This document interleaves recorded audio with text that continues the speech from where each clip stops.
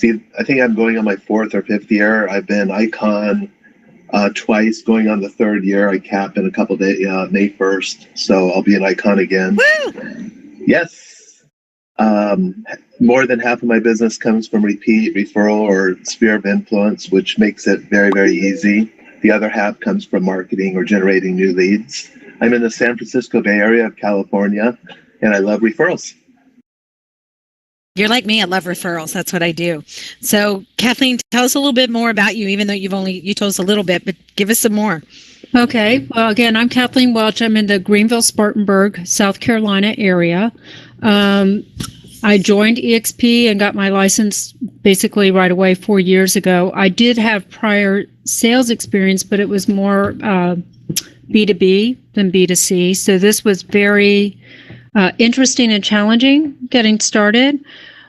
But again, first year I had about 8 transactions, second year 38, last year 45.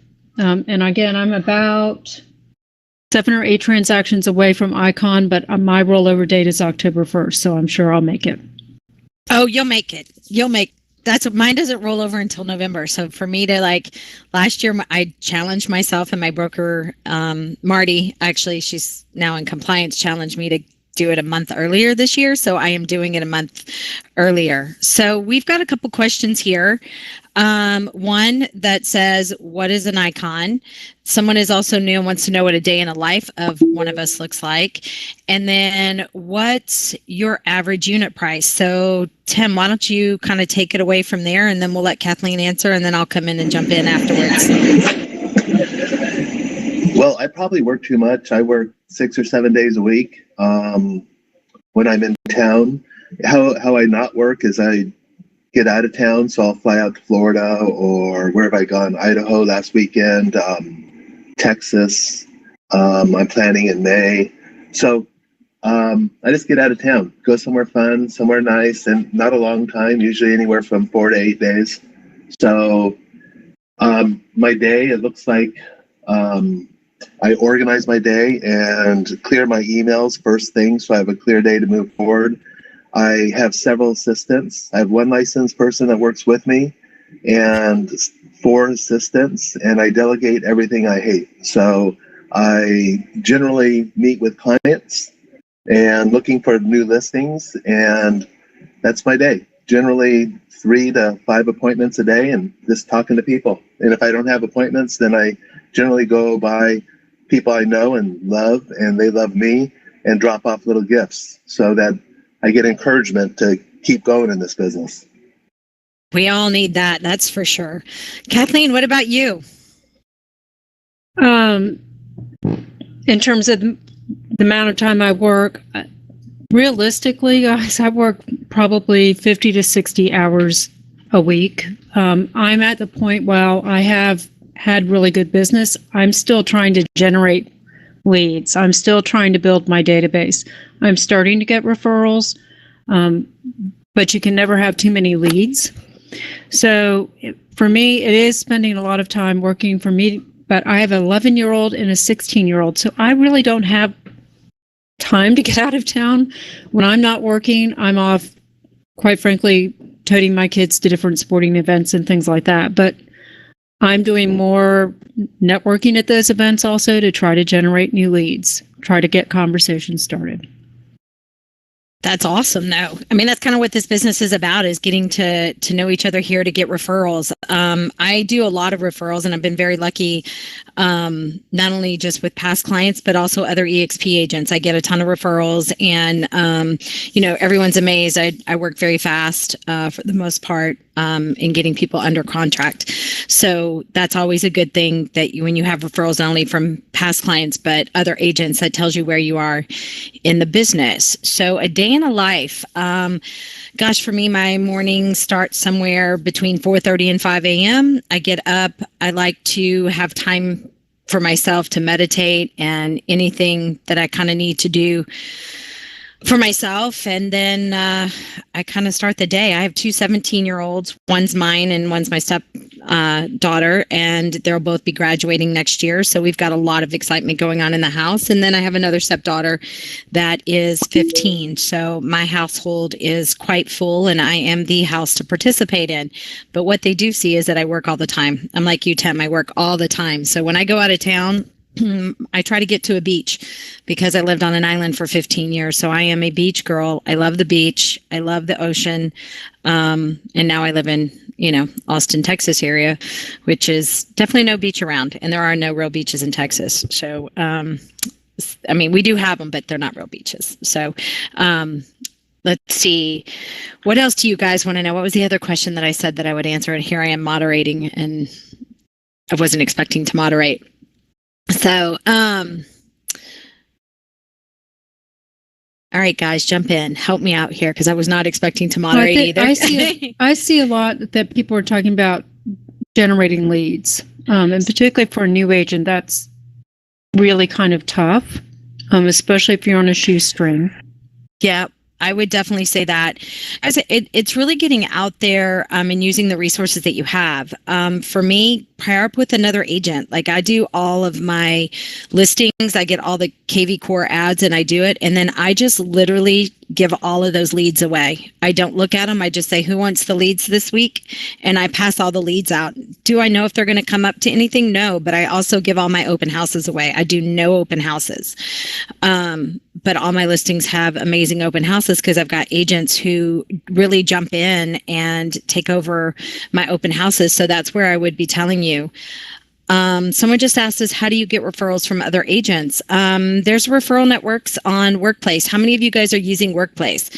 I am guilty of it. I'm not on it all the time, but I do get a lot of referrals from that. And a lot of people will tag me. I think that it's also going to shareholders and going to EXPCon. How many of you guys are getting out there and saying, hey, going to our events and making sure that you're plugging in so that you can meet other agents? Because when you're there and you meet other agents and they've got people moving, the first thing they're going to do is go, oh my gosh, I remember so-and-so, from Dallas or wherever. Are you guys going to the Build conference that's going to be in Dallas, Fort Worth? Are y'all plugging in? That's would be my question. If you're wanting agents to refer to you, you've got to plug into the organizations from EXP as well as your local. Okay, Vanessa, I'm going to jump in and tag on that just a little bit and step back. It is great to have referrals, and Vanessa's absolutely right. Going to these events, networking like crazy, dropping your card off, following up with people is a great way to get referrals. But I would also say my rev share group was out of state. I was the only one in my rev share group for a long time, even in the entire state of South Carolina.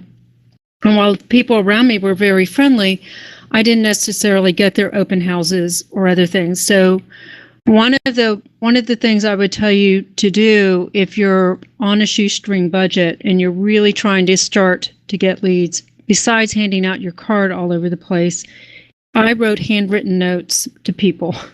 I went to Dollar Tree and bought the 5 or 8 pack of note cards. And I spent a lot of time on stamps because people remember you if you write. They're not going to remember you necessarily off the sign on your car or wearing your hat, although that helps to sporting events. But very few people write handwritten cards anymore. If you can do that, you'd be amazed at how you could leverage that. I've gotten a lot of leads through my kids' school because I handwrite letters to the teachers thanking them for things. I definitely agree with that. Guys, when I was new, I was Rookie of the Year in Austin Border Realtors when I first moved to Austin in 7 months. I did 27 deals my first year and $5 million in the business. I had just moved from St. Thomas, so I knew no one. I would sit in the coffee shops and I would go to a different coffee shop because I am a confessed coffee shop junkie because I love coffee. Used to own one, so I'm very comfortable in coffee shops. So I would go out and I would just start looking at property on the MLS and with my computer in a coffee shop. People were always like, oh, what are you doing? I'm like, oh, I'm researching for clients. I didn't have a client. I didn't know any of them, but I would go to vacant houses and so forth. So I would just start conversations. But I went somewhere where I was already very comfortable, which for me, coffee shops are very comfortable. So are restaurants, because I owned restaurants as well. So I pick up a lot of clients from, believe it or not, restaurants and coffee shops. So go where you're comfortable so that you don't have that nervousness. Figure out where it is. You know, I love to grocery shop. I know it's weird, but I meet a lot of people in the grocery store as well. The gym, I go to the gym every week. I have a lot of clients from the gym. I'm known as the person, if you have a real estate question, go ask her. She'll stop, you know, because I love what I do. I literally love what I do. So if you love what you do, it exudes. But figure out how you're comfortable in your own skin so you're not a secret agent, so that you're out there showing people that, you know, you're in this business to be a resource. Should I jump in? Yes, Tim, jump in. Okay. Just to kind of piggyback off you, Vanessa, I would suggest, and you probably already do this, wear a name badge when you're prospecting like that in grocery stores or coffee shops or that sort of thing. I had an agent that worked for me. I have stuff sewn on my clothes instead of a name badge, but I had an agent that worked for me, and she was a top agent, sold so much real estate, but she said, I never go anywhere without my name badge. And, you know, I think that's really smart for anyone, brand new or experienced. So what I do now, I'll talk about what I do now, then I'll talk about what I did when I was newer. Now, actually, unlike Vanessa, I like open houses.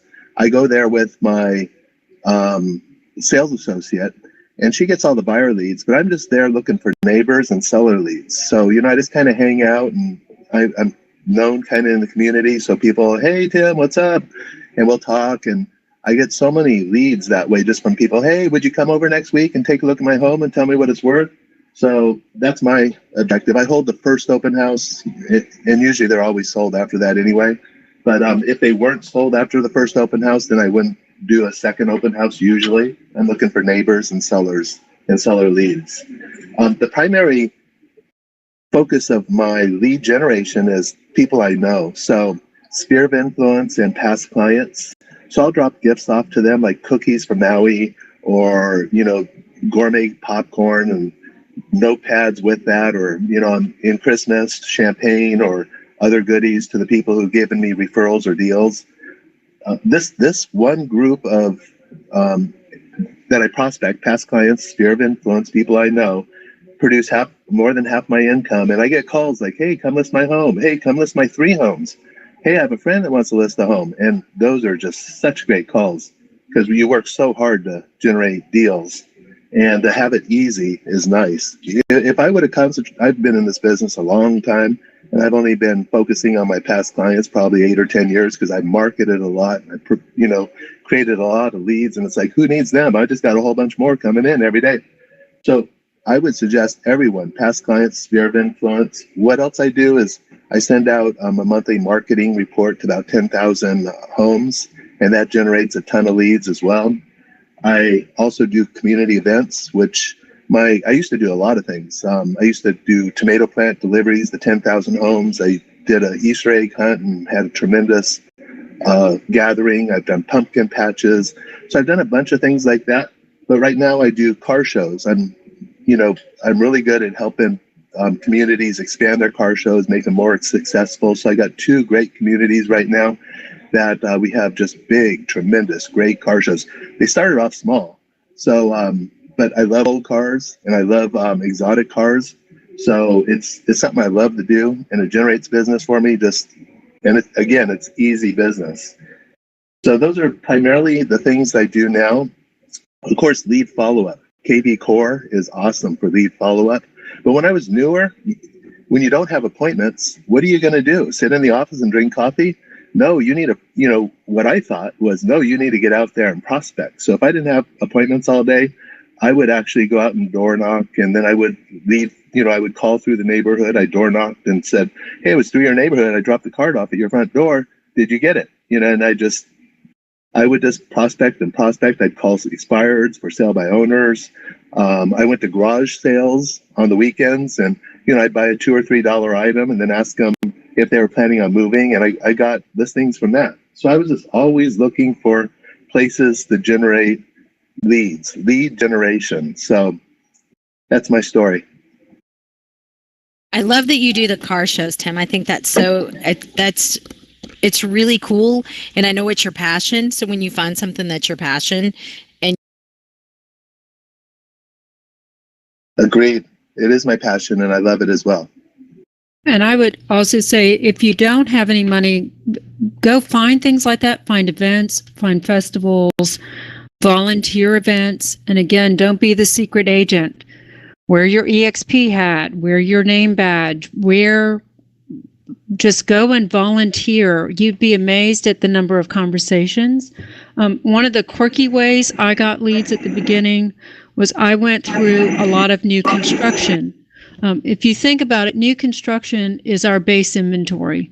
You may not know what resale is coming on the market tomorrow, but you can always know what neighborhood is being built out.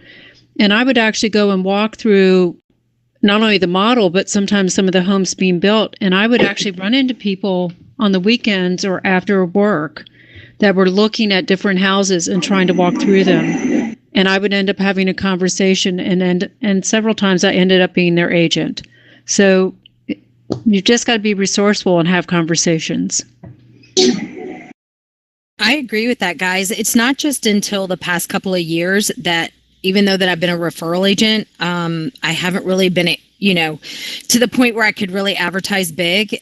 This will be my first year I'm advertising big at a sum of $20,000, but I've been in 10 years to be able to do that. And I'm a music sponsor for all the main events coming in with country music. We have a place called the 19th Hole that does all sorts. So I get to be that main music sponsor all the way around. So when they're advertising like Lori Morgan, Tracy Bird, Kevin Fowler, it's all presented by Vanessa Nunez and EXP Realty. So it really helps, get my name out there in a different perspective. And then I do wine. I love wine, and we have a lot of vineyards here in Texas, and I do a wine appreciation party for my clients, and it's coming up here the day before Mother's Day. I invite everyone. So it's about 500 people that I invite. A third of them show up, but every year people are like, oh my God, this is so much fun. I have a country music artist flying in from, I do happen to know him personally, so I have some connections there, but he's just for his plane ticket and his hotel. He's going to come in and play for us all day. So he's charting on the charts, and it's like number 70 something now. So it's been really cool to be able to do stuff like that. But in the beginning, guys, I didn't have any of that. So it was really just word of mouth and being out and about in my community. So I think when you show up in your community and you're out there, that's how you get your people. That's how you meet people. I would also challenge you, because I had zero sphere. I had moved to Greenville. I had zero sphere and had to start from scratch. But the sphere I did have was across the country. And I'm sure you, between your relatives and your friends and people that moved over, you need to also reach out to them and start finding, do they know anybody who needs an agent? You could be the referral agent on the other side and get the 25%. Start going on social media and not only posting, but start like on Instagram, follow certain hashtags in your area and start to see who is posting or where are people hanging out, and go to those places. And again, wear your name tag. Try to be very smart about where you're hanging out. Either have a passion like the coffee shops, like Vanessa had, or an area where you're going to be comfortable and have something to talk about at a festival, at a car show. But that's where you're going to start to make the connections.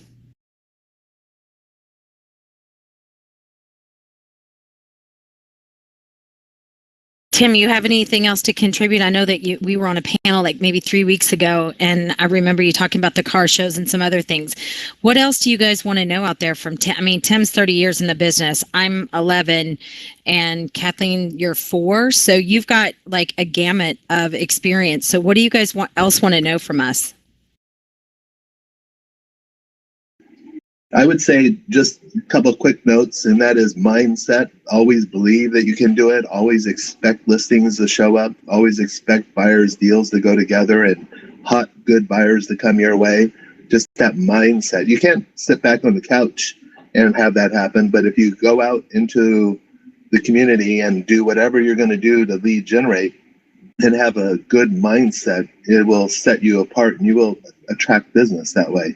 also planning your day and getting the distractions out of the way to begin with, and making the tough, hard things happen at the first part of the day. So if you are going to prospect, maybe you do it first thing in the morning, because who likes prospecting? We all kind of just do it because we like the income that it produces. So getting the hard things done in the morning, organizing your day, and having a great mindset. I agree with the mindset, Tim. That's how really how I got Rookie of the Year. Number one, I didn't even know it existed when I first got in. I was like, that's it. That was just where my mindset was going to be. I was going to be Rookie of the Year. I was going to do it faster or better than anyone else. And then I just continued that mindset. I believe that I'm going to always get a buyer or a seller. And I do. I mean, I constantly,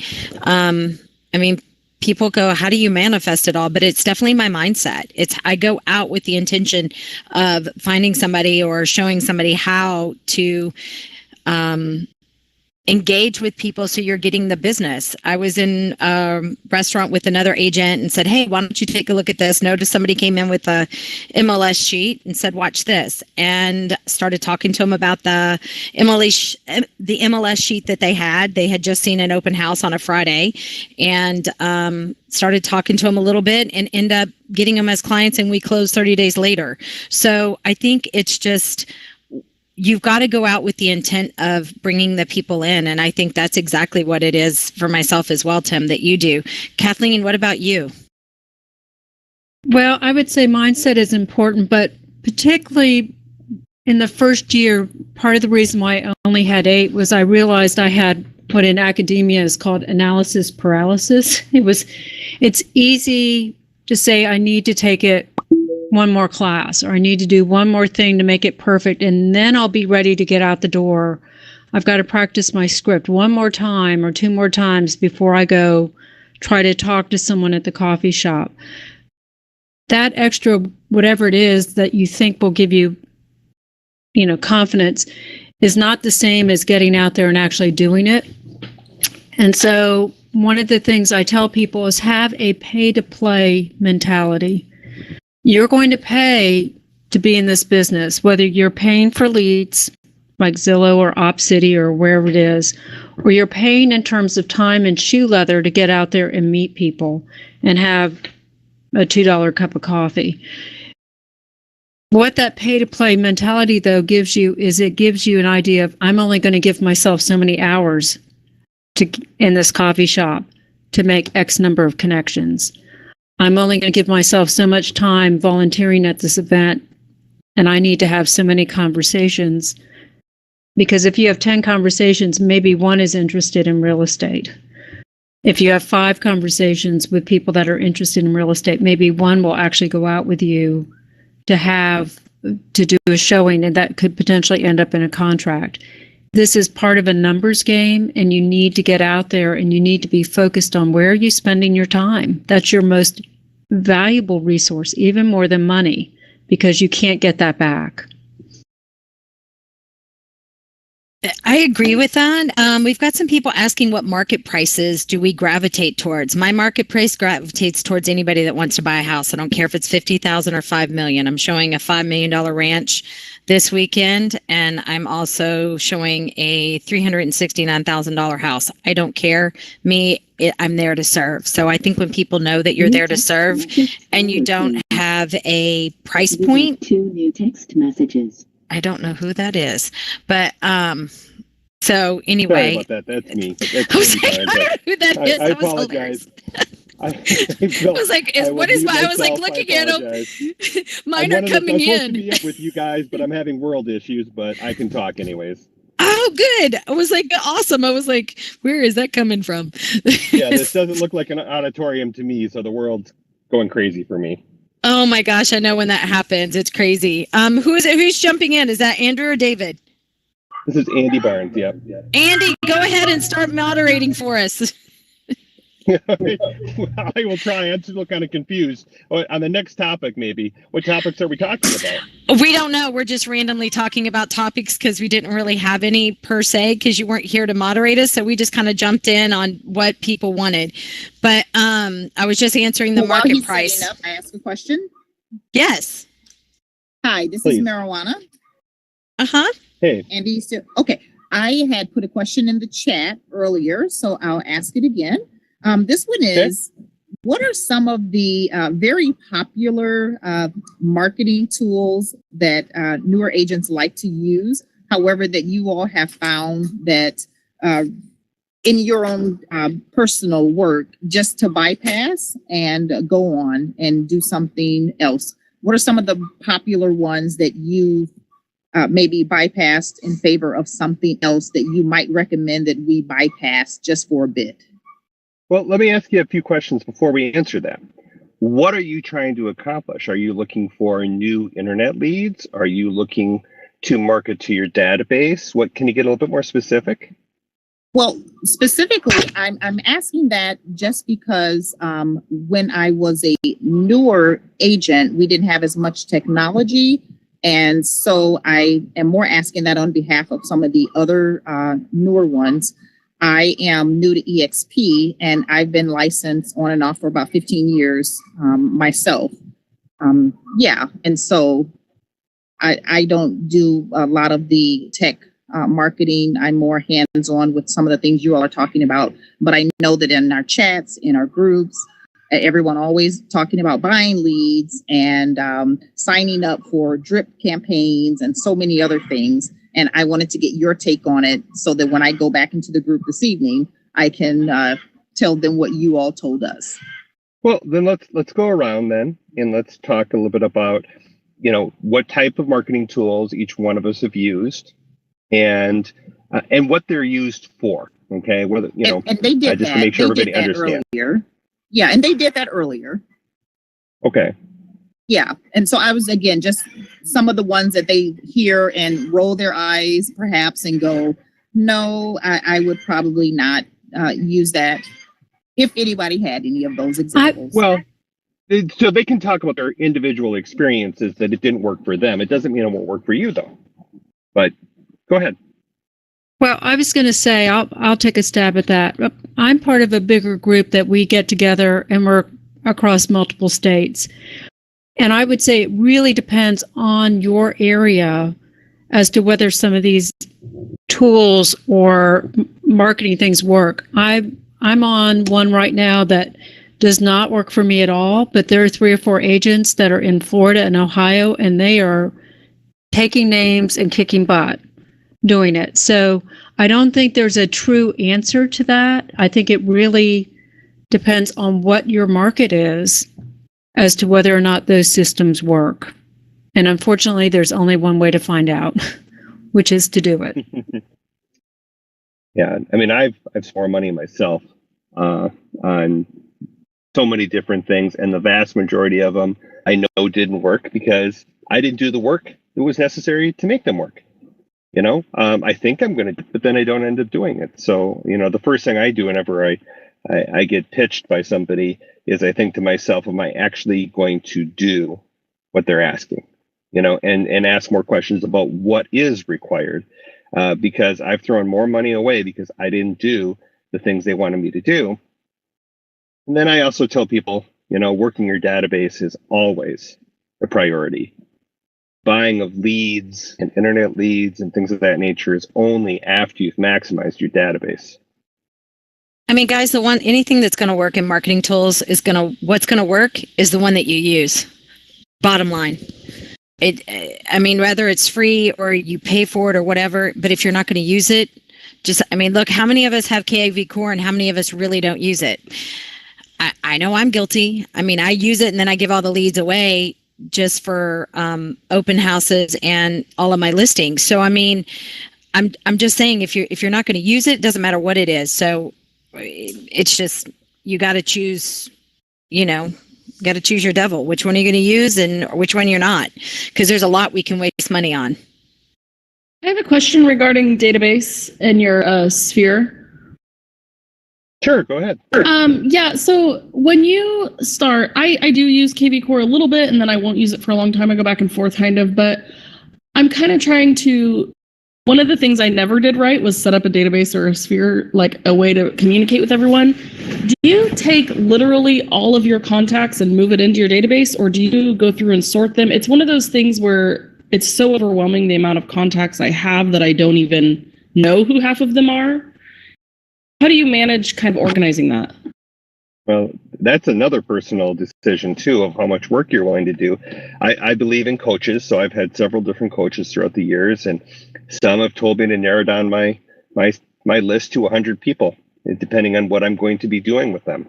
And some have wanted me to have my database, the thousands of people that I have, and work them all, because in different methods to gather. So it really depends on what you're planning on doing with them.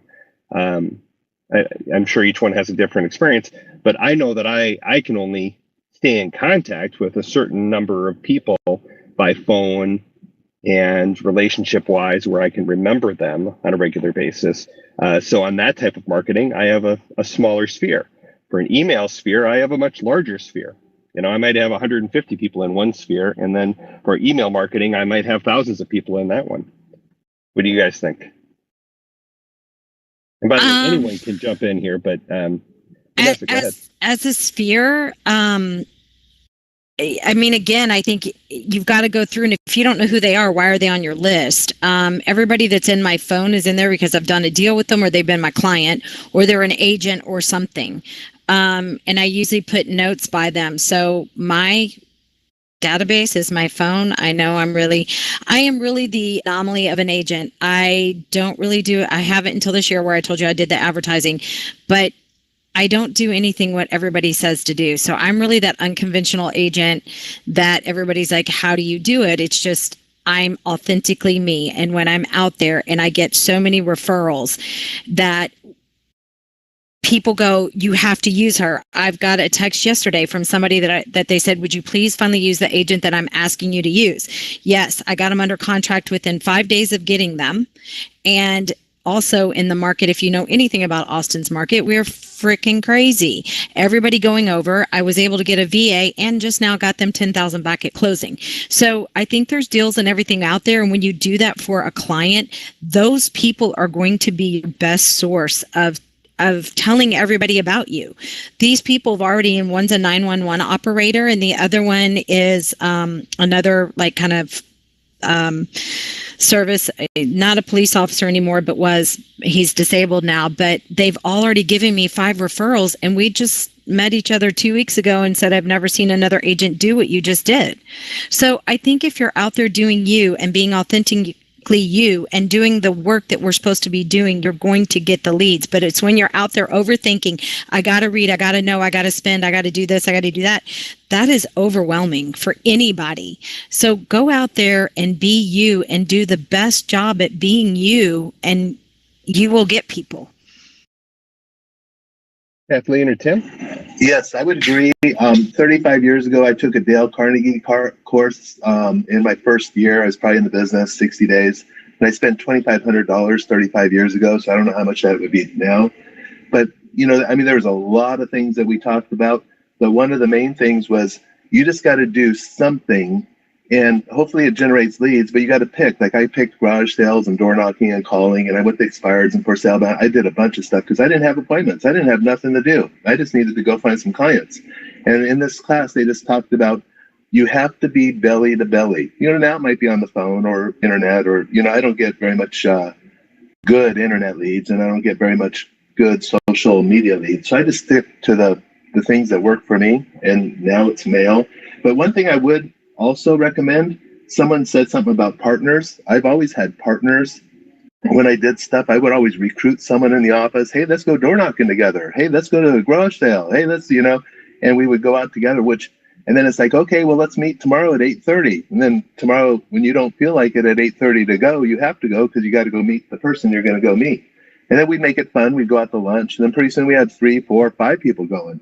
Another thing that I did regarding partners is I still have them to this day, 2 accountability partners, one in Southern California and one in Georgia. And we used to talk every week and go, what are you going to do this week? How many deals? How much prospecting? How many leads? And then, that would be it. Accountability partners, I think, are tremendous. And then also scripts and dialogue partner. I used to meet someone every morning at 7. We would never socialize. We would never talk about anything other than scripts and dialogues. Good morning. This is Tim Fide calling. Have you thought about something? We go right into the scripts and dialogues and practice that so you're an expert when you're talking to clients, listing presentations and things like that too. So I would recommend partnering up with people before you can afford a coach, because I too agree with Andrew. Coaching is important. I've had a whole bunch of coaches over the years, but until you can afford a coach, find partners. Thanks. Kathleen. Yeah, I would, on top of all of that, because again, I agree with all of that, and I'm at the point where I'm getting a coach. And I would have told you last year, even with the success I had, I didn't feel quite ready to do that. You do need some accountability. You do need to focus on where you think you're going to get your leads. But I cannot underestimate the power of knowing what's going on in your market, because when you finally do get in front of those people and start to have real estate conversations, you kind of need to know what's going on. So go out and read some of the documents every morning. That's what's going on in your marketplace. Where are builders going to build? Do you have anything on your state Realtor Association website that gives you some statistics that you could have in the back of your hip pocket? It doesn't take a whole lot, but when you have these conversations and they turn to real estate, you've got to have 2 or 3 things that you can talk about. Because when I first moved to Greenville, I didn't know the areas, and people would start going, well, Dean, what about this neighborhood? And what about that neighborhood? I had no clue where those neighborhoods were. But I was able to turn it around and go, well, let me tell you about the general area versus that specific neighborhood. And once I flipped it and gave a few facts, all of a sudden, I had credibility. The conversation changed. So do yourself a favor. It doesn't take a lot, but at least once a week, maybe every day, go to a different source and try to have some of those facts, and then go out there and start talking to people. That's how you're going to get people to trust you and to give you a chance to show them a house. I mean, guys, I was going to say also, make sure you're being that resource to your clients. Like I have right now, everybody is asking about their taxes in Texas. If you don't know anything about our property taxes, they're a little on the high side. So right now, everyone's asking me to give them comps. Make sure you're reaching out, whatever it is in your area, reach out to people saying, do you need comps? Because I've had 5 people just like while I'm on the thing, hey, it's that time of year, would you send me comps? Absolutely. So make sure you're being that resource too. Like volunteer in your neighborhood or whatever it is, if you know that it's yours or property taxes or whatever it is, hey, can I give you an evaluation or whatever you need? Yeah, I actually send out this time of year in my database a quickie CMA, and it's just the comps in the area, with some basic information to each one of them. It's just one of my touches, and then I call up and make sure they got it. So takes a little time, but it's been effective for me. Let's go around and just find out where does everyone get the majority of their lead? I mean, mine is almost probably 80% just from my sphere, and then 10% from Relo and 10% internet. What about you guys, Vanessa? I am probably more like 85% referral based. From my sphere, the other 10% referral based from agents, and then the last 5% is referral. Actually, I'm a Redfin referral partner because I do land. None of their agents are skilled in land, so I do farm and ranch. So they send me a lot of their leads at anyone that's inquiring on land. Okay. Kathleen?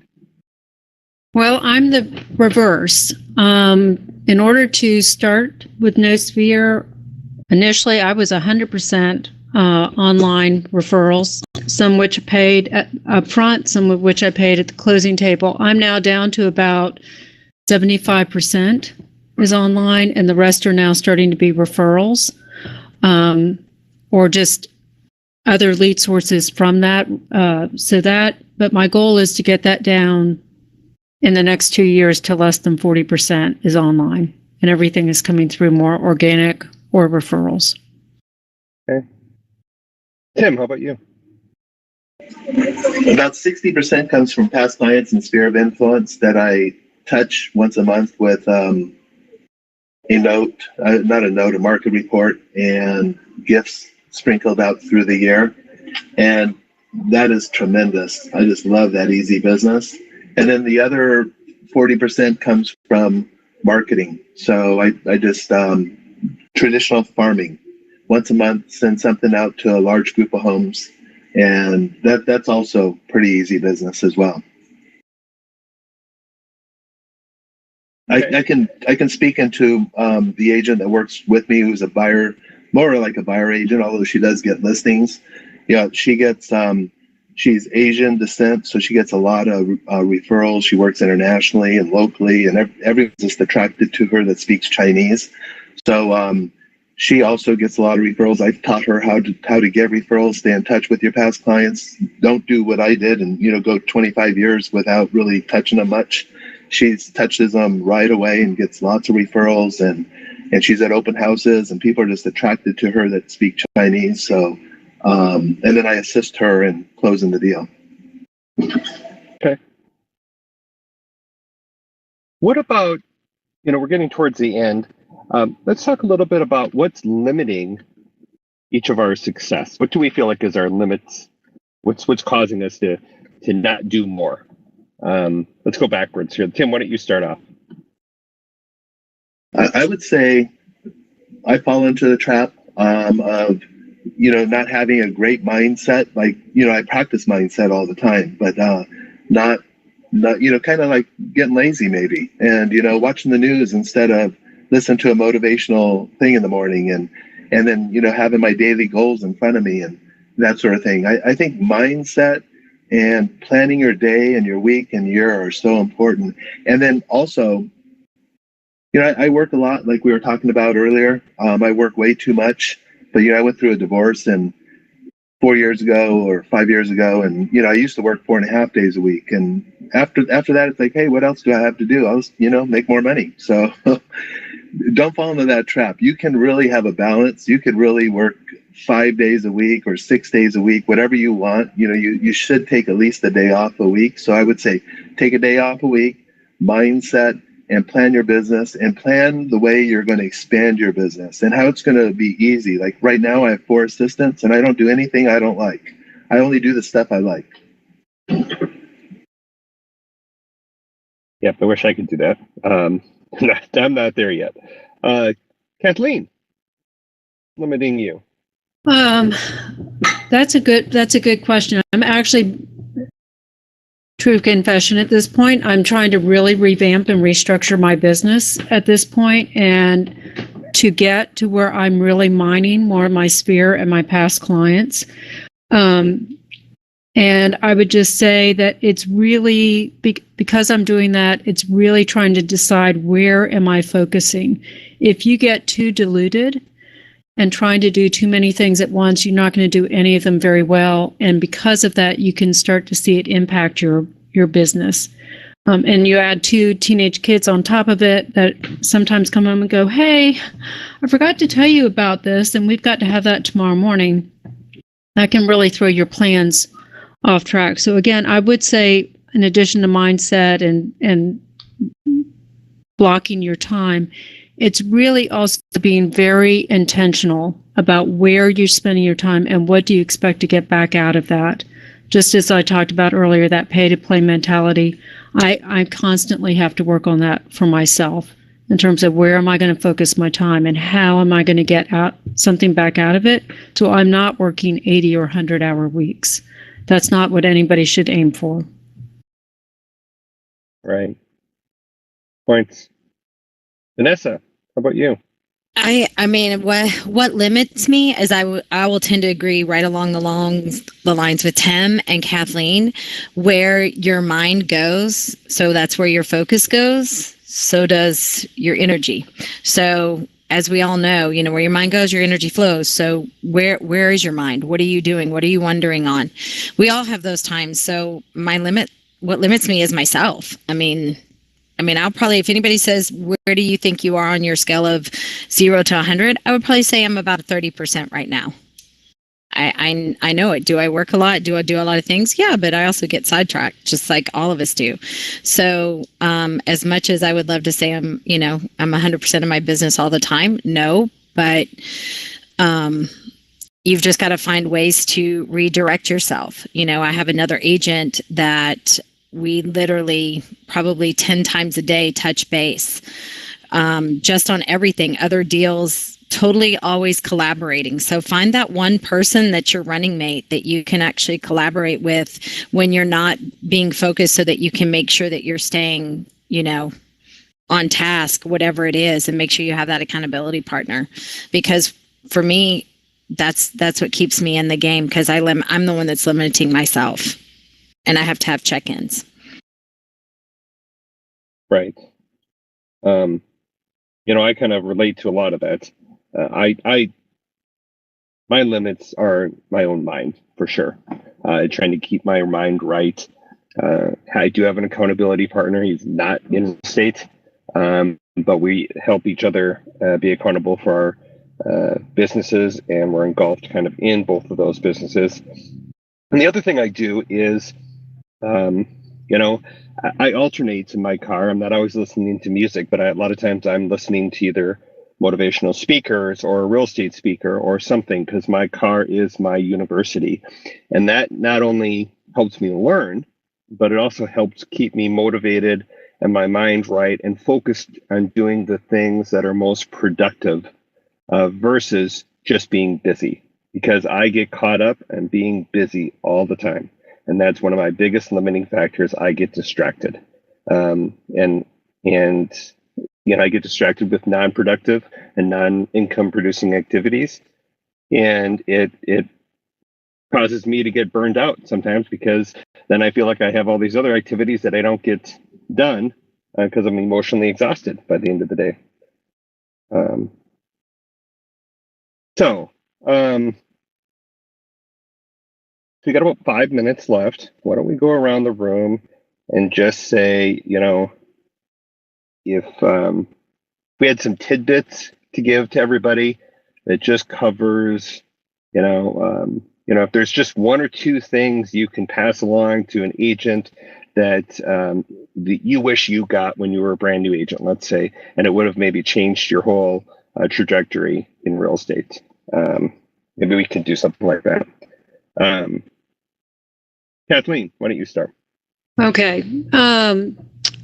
The one thing that I would tell you to go do, and yes, it's going to cost money, but it totally changed my ability to not only get listings, but to really have informative conversations and improve my confidence, is the PSA class, which stands for Price Strategy Analyst. It teaches you how to comp houses, how to put a really good CMA together.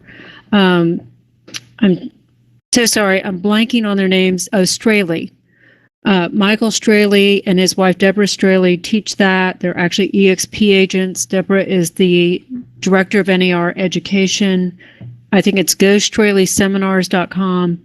But if you can take that class, that will totally change your ability and confidence in terms of getting listings, doing listing presentations, comping if people ask you about valuations.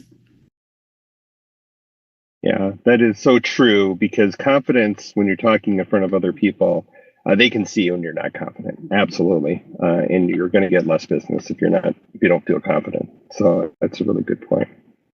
How about you, Vanessa? I would have said that the miracle morning, if I would have had it sooner. I mean, I was always that person that had my own kind of routine, but getting in the 5-minute journal, the sooner you can begin and practice a gratitude practice, and the 5-minute journal will get you into that habit.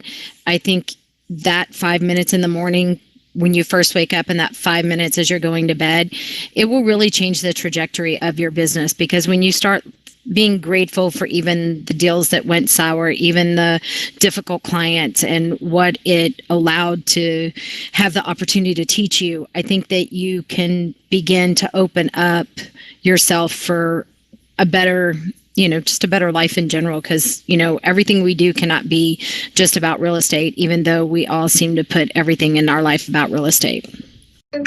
Did you cover that before I joined?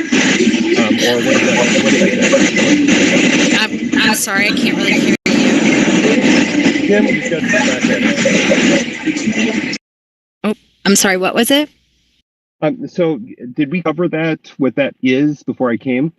No, we didn't. So the Miracle Morning, they do have one. Hal Elrod has one for real estate agents, but I did the Miracle Morning. I really want to say probably 9 years ago. And it just really kind of changed how I presented things. And I've always had somewhat of a gratitude practice, but what that really made me do, it made me go down to take it down to 3. What are the 3 things I'm most grateful for that day?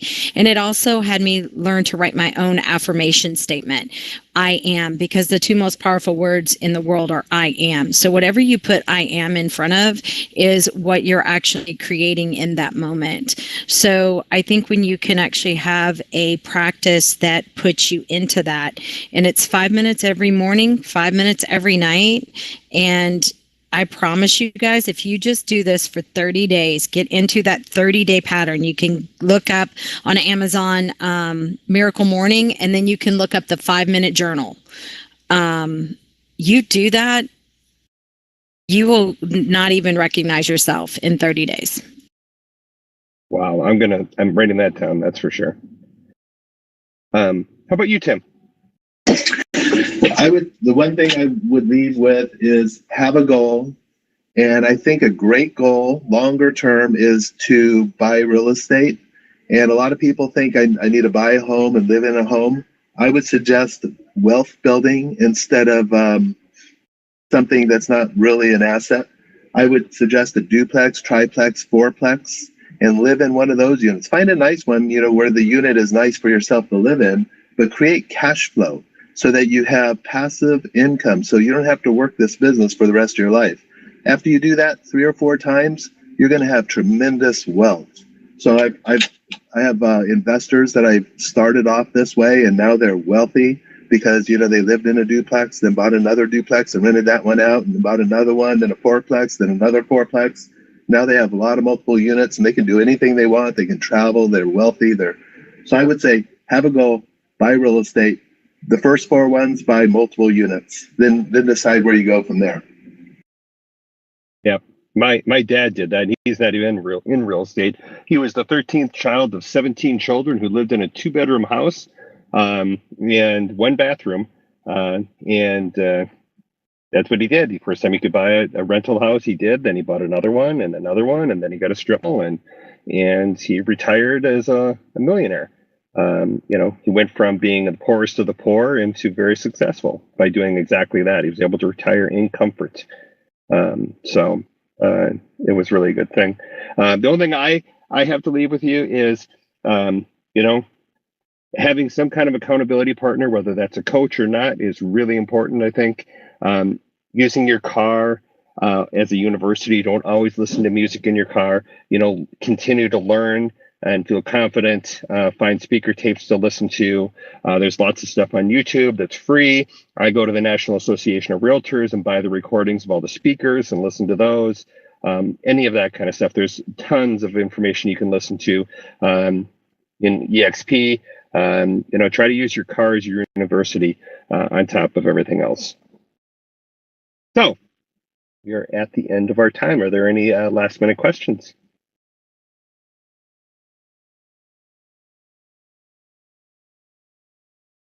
All right. Well, thank you, all the panelists and everybody who attended. We really appreciate you coming. Sorry I was late between making a mistake thinking we were going to do this by Zoom and having world issues, but we got through it. But if you ever need questions, I'm sure any of us could reach out to any of us on Workplace chat, and I'm sure we'd be happy to help you. Yeah, reach out to any of us, guys. I have people reach out to me all the time. Workplace Messenger, all my information. You can even call or text me. It's all on my profile. So thanks again, Adam, or Andrew. Thanks so much for jumping in and helping us moderate. No problem. Thank you. And anyone can reach out to me as well.